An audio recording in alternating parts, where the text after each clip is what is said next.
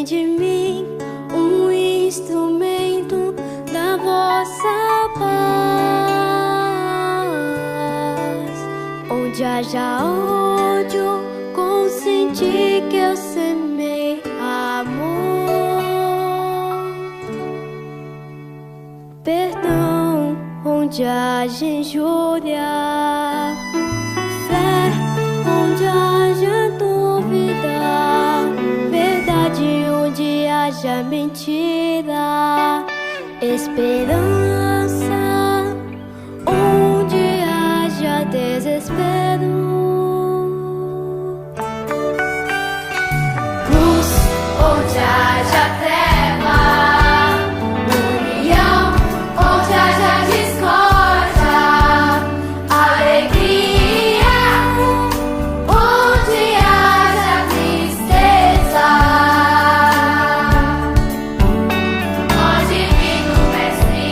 Ó Divino Mestre, permite que eu não procure tanto ser consolado quando consolar, compreendido quando compreender, amado quando amar,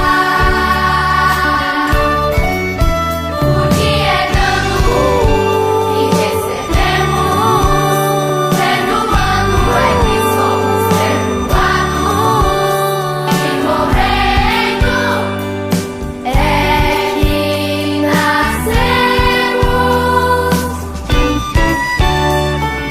a vida eterna. Vida eterna. Vida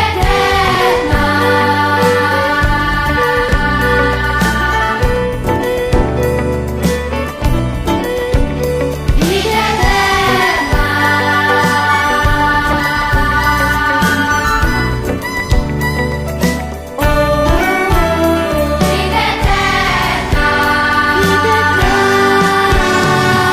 Vida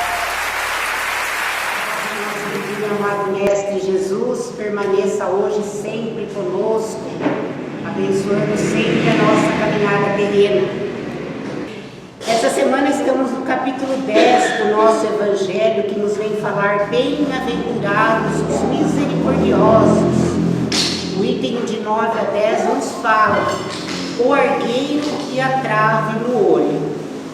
O Livro dos Espíritos, a questão é a 903, onde então Kardec pergunta aos amigos espirituais: a culpa em estudar os defeitos dos outros? Vamos ver, né? Os amigos espirituais responderam a Kardec, ao mesmo tempo esclarecem a todos nós. Hoje a nossa companheira Ana Teresa, a nossa amada Aninha, falando sobre a questão 903 do Livro dos Espíritos e sobre o tema do nosso Evangelho da noite. E eu convido a todos a cerrarem os olhos, se assim desejarem,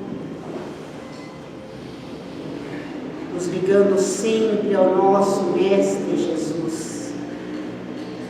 Ele que é a razão de estarmos aqui mais uma vez reunidos na nossa casa espiritual.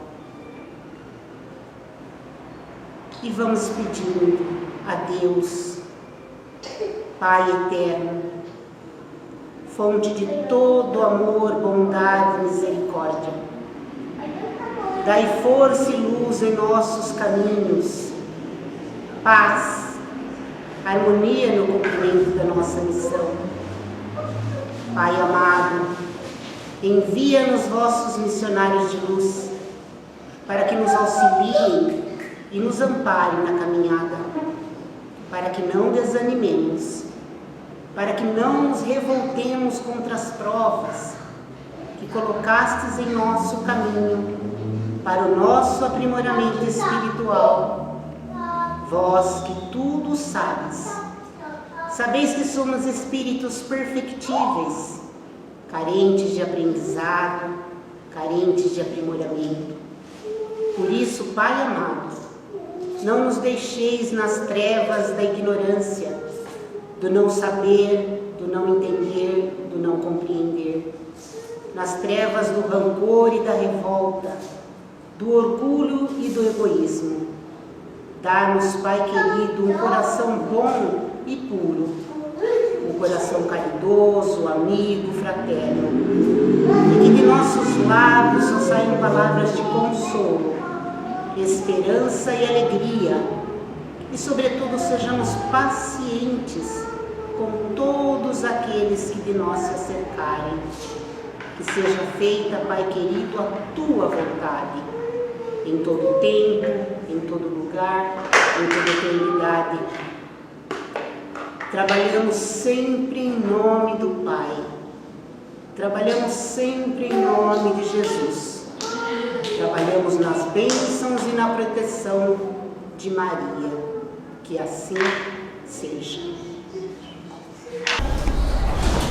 Boa noite a todos, amigos encarnados e desencarnados aqui presentes. Obrigada pela presença de todos vocês, pois, unidos a partir de agora, faremos a reunião desta noite e peçamos ao nosso Mestre Maior que nos abençoe esse encontro, que nos abençoe a existência, a oportunidade de nos encontrarmos unidos, a fim de estudarmos o Evangelho, a Boa Nova e, dentro do possível, sempre um pouco mais, queiramos praticar e compreender tudo aquilo que nós aprendermos agora.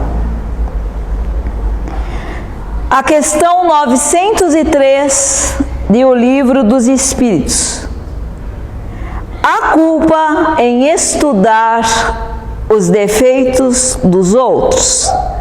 Resposta: se é para os criticar e divulgar, há muita culpa, porque é faltar com a caridade.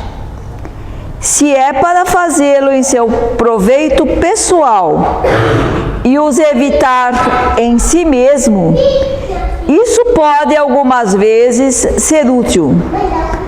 Mas é preciso não esquecer que a indulgência pelos defeitos alheios é uma das virtudes contidas na caridade.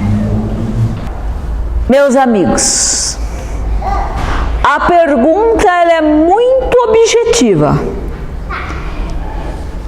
A culpa em estudar o defeito dos outros, podemos traduzir assim: a culpa em notarmos com intenção os defeitos dos outros.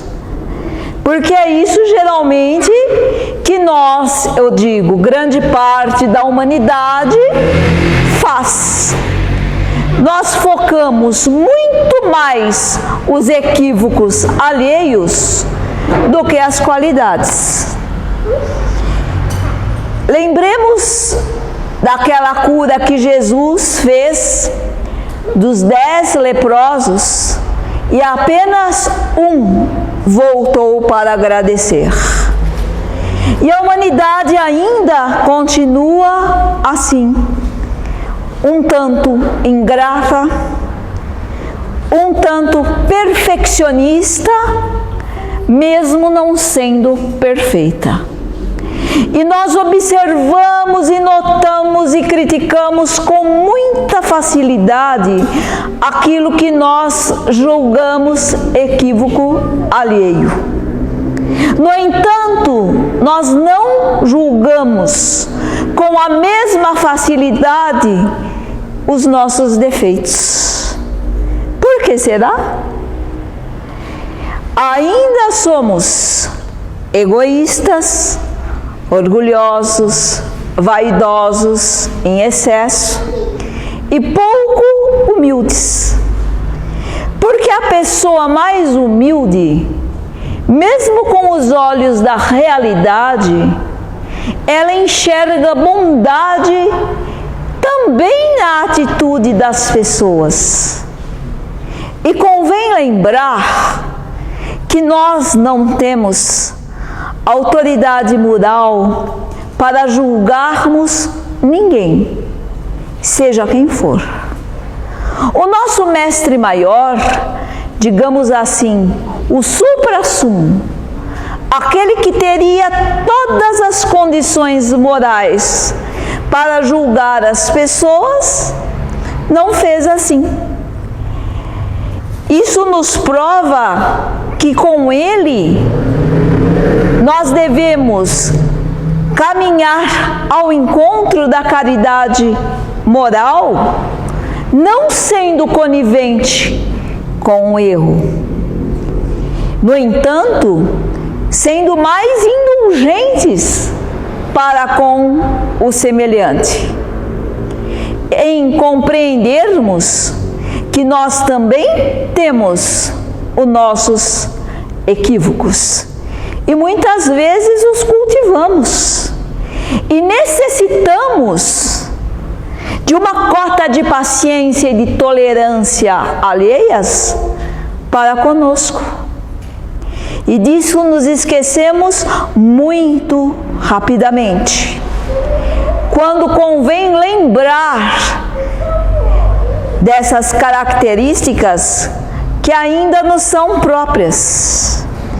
E é falta de caridade mesmo nós divulgarmos, nós fofocarmos, nós levarmos adiante esses comentários maldosos que destroem a imagem das pessoas. Nós não temos esse direito. Queremos nós isso em relação à nossa pessoa? E o Livro dos Espíritos, ele é muito objetivo, lógico, e nos respondem os Espíritos que se é para estudarmos em proveito próprio, a fim de que não façamos igual ou pior do que os nossos semelhantes, podemos analisar sem o espírito de julgamento. E entre a análise e o julgamento nós temos que ter um cuidado maior, porque uma linha tênue o separa. Então, meus amigos, podemos ser úteis e devemos ser úteis, sempre na medida do possível. Vamos evitar conflitos desnecessários. Vamos evitar contendas. Sejamos menos melindrosos, porque o ser humano ainda é muito melindroso. Às vezes uma pessoa comenta alguma coisa e nós já levamos para o lado pessoal e não para o lado racional do raciocínio, para aprendermos, para analisarmos. Então nos magoamos e nos melindramos com muita facilidade. E aí nós perdemos grandes amores, grandes amizades, grandes colegas, por bobagem. Em o Evangelho segundo o Espiritismo, o argueiro e a trave no olho. Por que vedes um argueiro no olho do vosso irmão, vós que não vedes uma trave no vosso olho? Ou como dizeis ao vosso irmão: deixai-me tirar um argueiro do vosso olho, vós que tendes uma trave no vosso?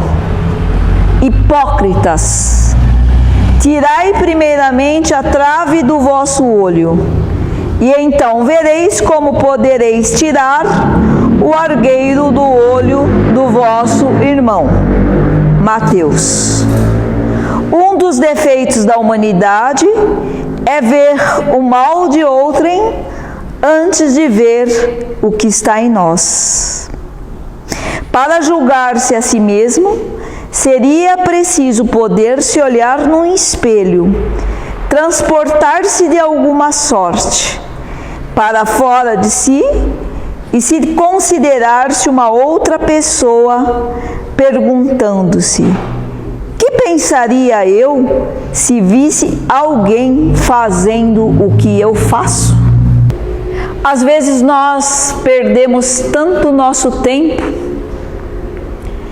fazendo comentários maldosos, difamatórios, fofocas em relação à pessoa do nosso semelhante, e nos esquecemos de que lá atrás, quando estávamos em situações difíceis, essa mesma pessoa nos estendeu a mão e nos serviu.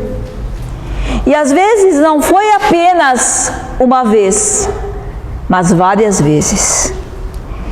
E por causa, talvez, de um equívoco dela, que assim imaginamos, ou seja, nós delegamos essa pessoa para além do nosso círculo de amizade, para além da nossa realidade.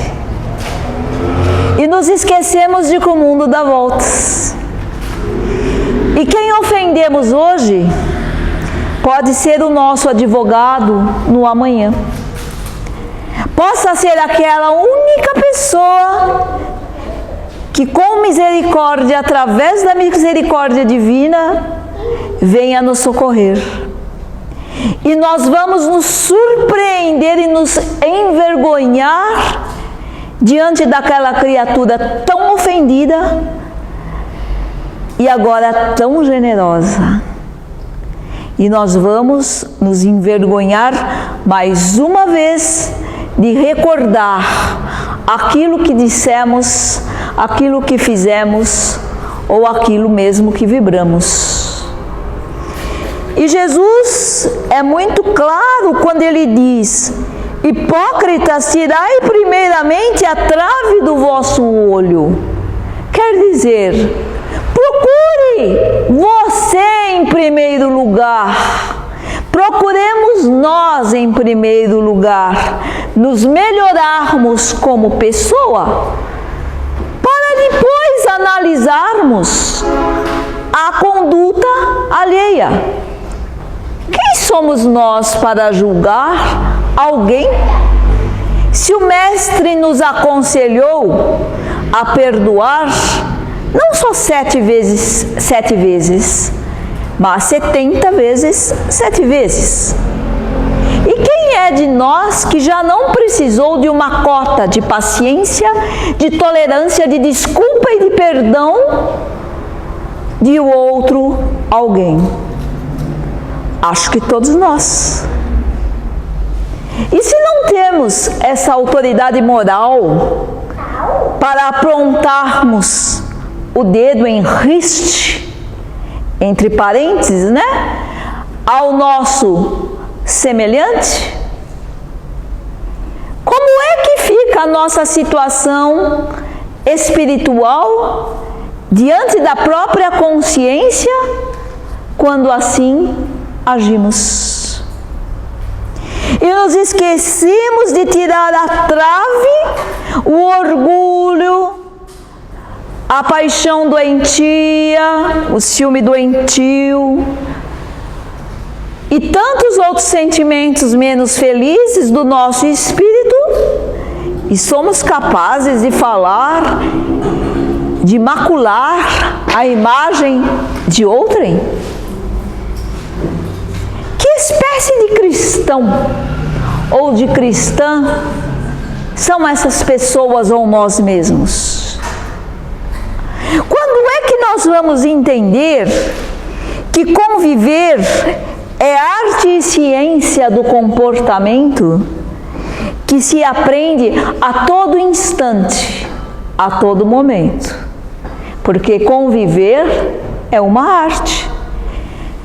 Nós estamos ao lado de inúmeras pessoas com inúmeras qualidades no imo da alma e também alguns deslizes. E nós também somos assim.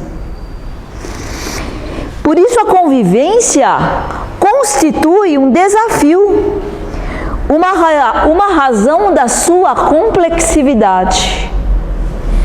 Complexidade, quer dizer. Percebamos, então, meus amigos, que as pessoas mais humildes são aquelas que sonham bastante, mas são realistas.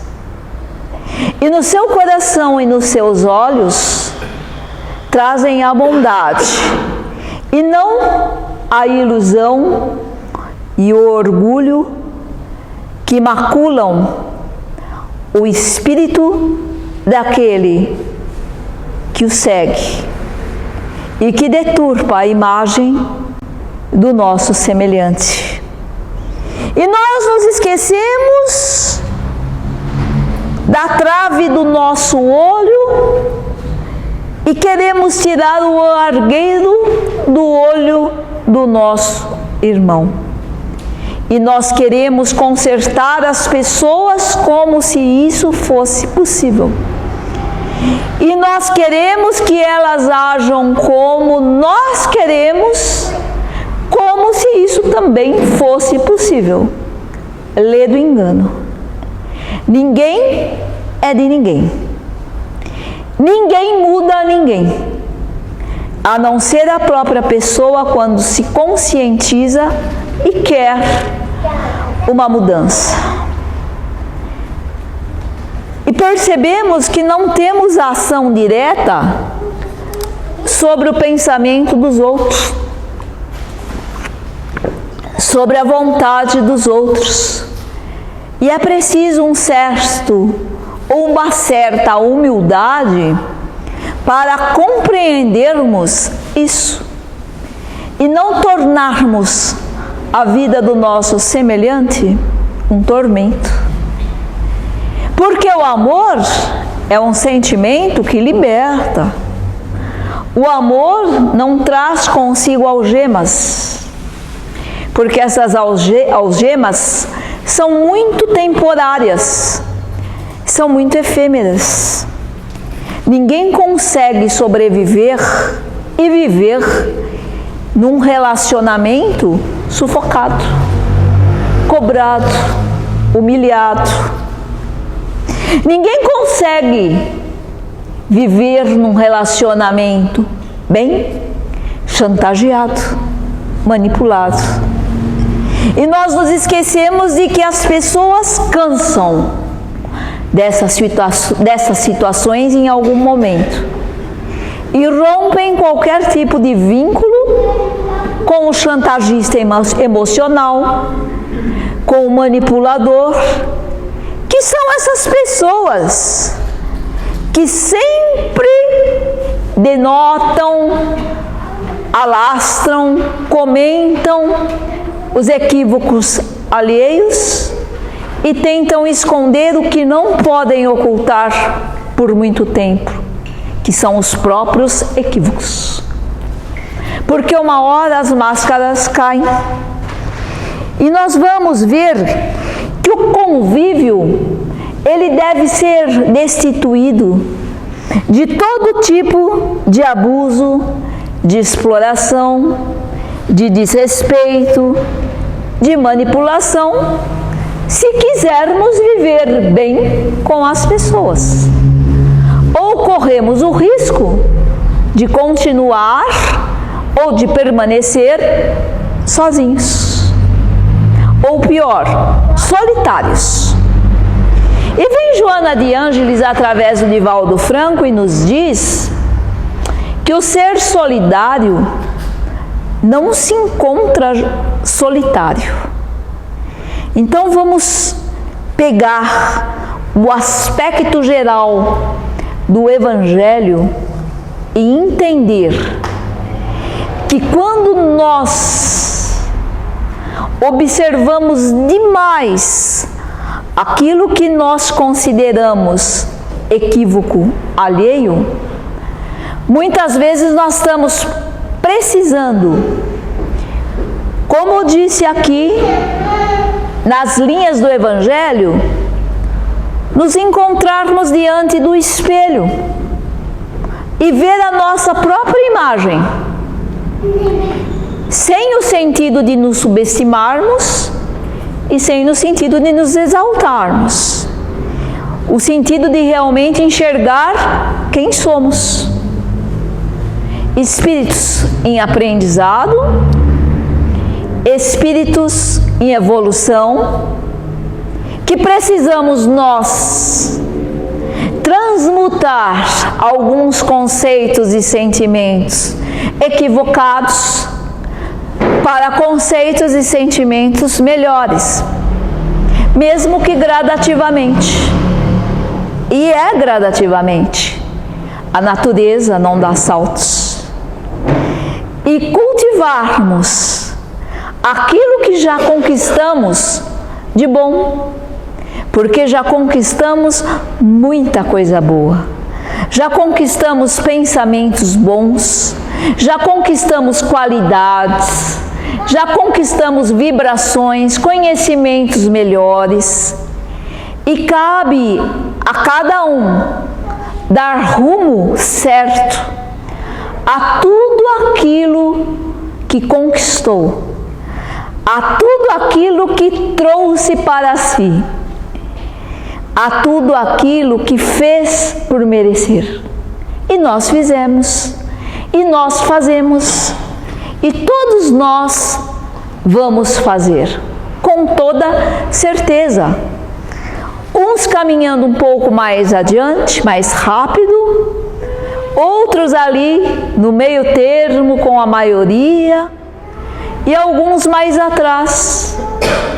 Não há problema desde que caminhamos, que tenhamos a intenção de nos tornarmos pessoas melhores, em que a gente tire principalmente aquilo que não é bom da nossa visão espiritual, substituindo-o por algo melhor, real, mas positivo, real, mas misericordioso, real e justo, porque a cada um será dado conforme as suas obras. Eis a lei da justiça e a lei do amor nesta frase de Jesus. Todos os seres humanos aqui neste orbe necessitam de amparo e de afeição real. Às vezes somos tão orgulhosos que a gente se exime até mesmo de dizer que está precisando de um sentimento bom, de um amigo, de um colega, de um familiar, do cônjuge, seja lá quem for a pessoa importante a nós e nós a ela. E nos julgamos tão completos e tão autossuficientes. Porém, eu lhes digo, neste orbe, os espíritos superiores nos dizem: ninguém é completo, ninguém é autossuficiente ainda. Nós precisamos uns dos outros. Nós precisamos aprender a dividir as coisas boas que conquistamos, os bons sentimentos, os conhecimentos. Nós precisamos compartilhar com as pessoas aquilo que é bom, aquilo que é saudável, aquilo que eleva, para que tenhamos, mesmo diante das dificuldades, um viver mais leve, mais alegre, mais sereno, porque nós viemos aqui para sermos felizes. E se não somos, é porque desviamos a rota em algum momento da nossa existência. Contudo, nada nos impede de retomar a rota e de nos tornarmos pessoas mais leves, mais felizes, mais tranquilas, menos ansiosas. Porque o amor é um sentimento equilibrado. Tudo que não é equilibrado não é amor. Então nós vamos entender que quando Jesus, ele nos pede, em outras palavras, que vejamos o que há de bom em nosso próximo, que a tolerância se faça indispensável, a fim de que a compreensão e a bondade possam diminuir o choque da indiferença, o choque da desidentidade, o choque da desarmonia. Porque quando nos tornamos indiferentes às pessoas, indiferentes à vida, nós já perdemos ou estamos perdendo a referência de nós mesmos. E é preciso que voltemos ao encontro de nós mesmos o mais rápido possível, para que detenhamos em nossas mãos a vida, para que saibamos dirigir a nossa vida e que não entreguemos a outrem a direção da nossa existência. Nós temos que ser o agente de transformação da própria vida. Nós temos que compreender que na família inicia-se a aprendizagem dos relacionamentos que produzem convivência dos mais variados tipos. E nós vamos entender que a família, além de importante para nós, deve ser valorizada. Tanto a família física, consanguínea, como a família espiritual, que é aquela construída pela nossa opção, pela nossa escolha de espíritos afins, de pessoas que têm os mesmos ideais e sentimentos parecidos, semelhantes. O Evangelho de Jesus é o mais completo tratado para realizar a formação individual, coletiva, social, do caráter do imprevisível ser humano. Porque o ser humano ainda é imprevisível em suas denotações e conotações. O ser humano é imprevisível em seus pensamentos, em suas atitudes, tanto as mais felizes como ainda as menos felizes. Todavia, vamos, conforme progredimos, aumentando o círculo dos pensamentos e das ações mais felizes que nos promovem o bem. Daí, já não levamos tanto em conta o equívoco alheio, e sim as qualidades. E damos mais valor às qualidades do nosso semelhante e não ao equívoco dele. Porque o equívoco também é passageiro. Todos vamos aprender. Todos vamos nos conscientizar do que convém e do que não convém ser dito, falado, realizado. São preciosas na atualidade as conquistas da tecnologia e da ciência, mas sem a vivência do amor, o vazio existencial atrai a solidão, a soberba de considerar-se o melhor, o astuto, o mais importante. Ledo engano. Precisamos uns dos outros para nos tornarmos mais fortes, para nos unirmos no ideal cristão. Precisamos uns dos outros na vida, no cotidiano, no trabalho, na família. E chega um momento de nós nos preocuparmos mais conosco, no sentido de nos reformarmos interiormente e auxiliarmos outrem, sempre auxiliar, a fim de que não zombemos, porque às vezes, diante daquilo que chamamos de uma brincadeirinha inofensiva, nós a usamos para constranger as pessoas. E constranger pessoas é falta de caridade.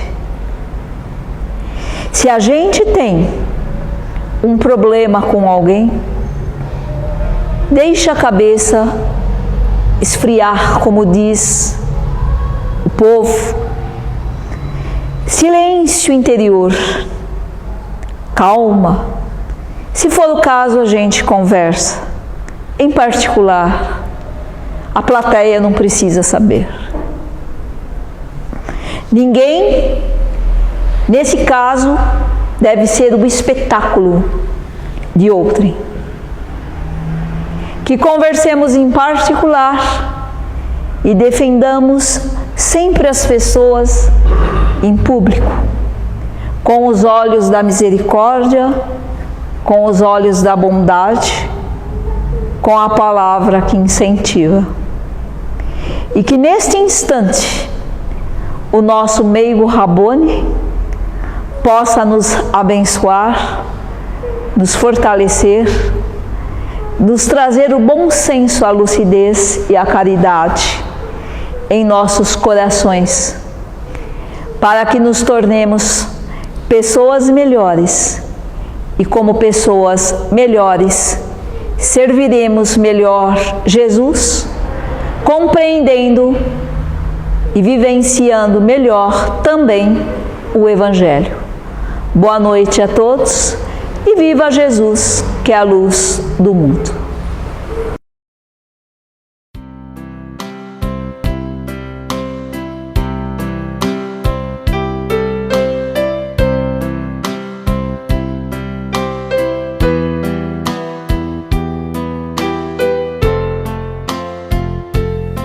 Deus, nosso Pai, que tendes poder e bondade, dai força àquele que procura a verdade.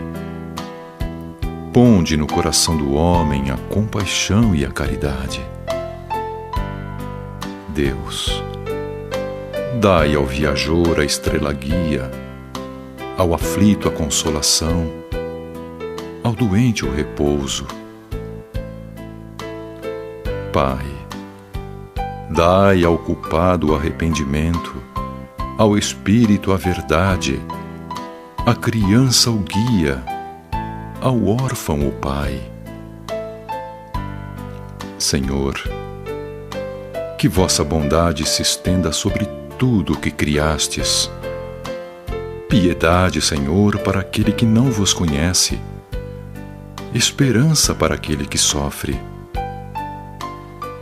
Que vossa bondade permita aos Espíritos Consoladores derramarem por toda a parte a paz, a esperança e a fé.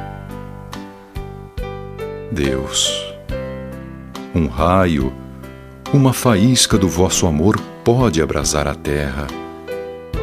Deixai-nos beber nas fontes fecundas e infinitas, e todas as lágrimas secarão, todas as dores acalmar-se-ão. Um só coração, um só pensamento subirá até vós, como um grito de reconhecimento e amor. Como Moisés sobre a montanha, nós vos esperamos com os braços abertos. Ó poder, ó bondade, ó beleza, ó perfeição, e queremos de algum modo alcançar a vossa misericórdia. Deus, dai-nos a força de ajudar o progresso a fim de subirmos até vós. Dai-nos a caridade pura, dai-nos a fé e a razão. Dai-nos a simplicidade que fará das nossas almas o espelho onde se refletirá a vossa imagem.